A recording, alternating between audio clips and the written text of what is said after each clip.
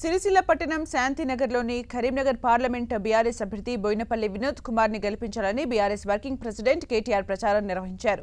తనకు రాజకీయంగా జన్మనిచ్చింది సిరిసిల్లానే అని, నేత కార్మికుల కోసం 3,000 కోట్ల రూపాయలు ఖర్చు చేశామని కేటీఆర్ అన్నారు.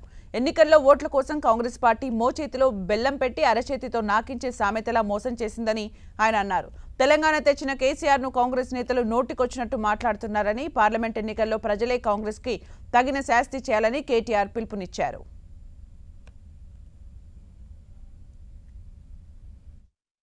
ఇప్పటివరకు ఏం అమలైందో ఏం కాలేదో నాకంటే బాగా మీకే ఎరక.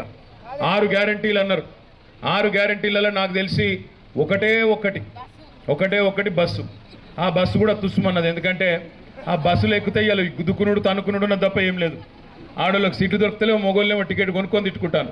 ఇది ఎక్కడ బాధరా నాయన అని. లేడీస్ ఏమో ఎక్కినాక చిన్నపిల్లలు ఉన్నోళ్ళు అవస్థ పడతాను. అది ఏడ సీటు దొరుకుతలేదు, ఏడ కూర్చోవాలని.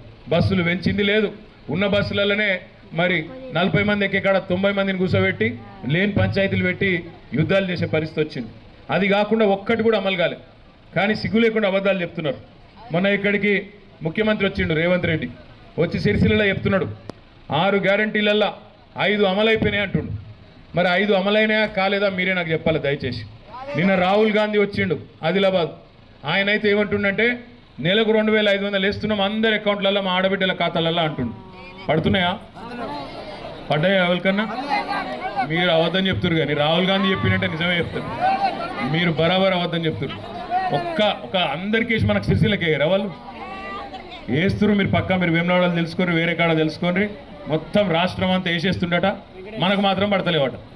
ఎట్లున్నాయంటే ఎంత దొంగ ముచ్చట్లు అంటే సిగ్గు లేకుండా అబద్ధాలు చెప్తే కనీసం ఈ వాట్సాప్ ప్రపంచంలో, ఈ డిజిటల్ ప్రపంచంలో ఒక్క నిమిషంలో దొరికిపోతాడు అని అబద్ధం చెప్తే. సిగ్గు లేకుండా అబద్ధాలు చెప్పవట్రి.